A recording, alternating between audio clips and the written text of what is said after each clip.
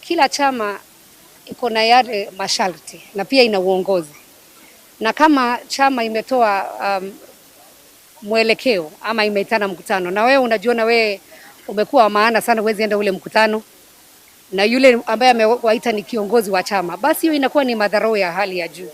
Kwa hivyo mimi ningeomba na ningesema mimi naunga mkono rais wetu kwa sababu yeye amevumilia sana, na niwaambie Wakenya tuko na kiongozi ambaye roho yake ni nzuri, ni kiongozi ambaye amekuwa na sisi. Kazi yake alituambia tuache siasa, tufanyie wananchi kazi.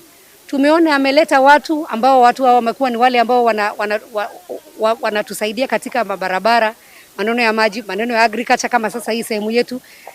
Na sisi wajumbe kazi yetu ni kupeleka miswada kwenye bunge, ili kama kuna kitu ambacho serikali haijafanya tuhakikishe ya kwamba hicho kitu ni sheria na itafuatwa.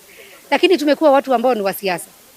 Na ukiangalia haswa kama yule ambaye alikuwa kiongozi wa seneti, saa zile rais alishikanisha kaunti ya Nairobi akasema iende metropolitan, uliona yeye ndio wa kwanza alikutoa makosa.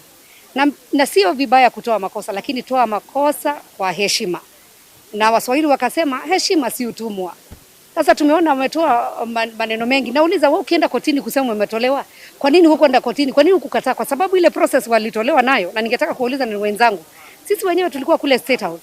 Ile process ambayo iliwa appoint, tulikuja tukasomewa majina tukaambiwa ni wao.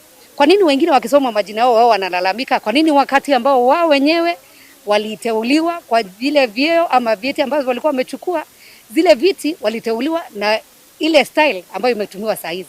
Kwa sababu kwa hivyo kama sio mimi ni mbaya, lakini wakati ilikuwa ni wao hawakulaumika ama hawakulalamika. Mimi ningetaka kusema tutii chama, na kama wewe mwenyewe unajisikia uko na nguvu zaidi, toka kwenye chama. Sio lazima uwe kwenye ile chama. Sisi hata ukienda wakati tunaenda kwa chama unaenda unalipa ili uwe mwanachama. Kama sisi wa Mount Kenya lazima posta yetu ingekuwa na picha ya rais na yangu, ili watu waone mimi namuunga rais mkono. Basi kwa nini nitumie picha ya rais wakati ambao naomba kura? Step out, go back to the wananchi. They will vote for you again because you have the numbers, and you feel you have your numbers.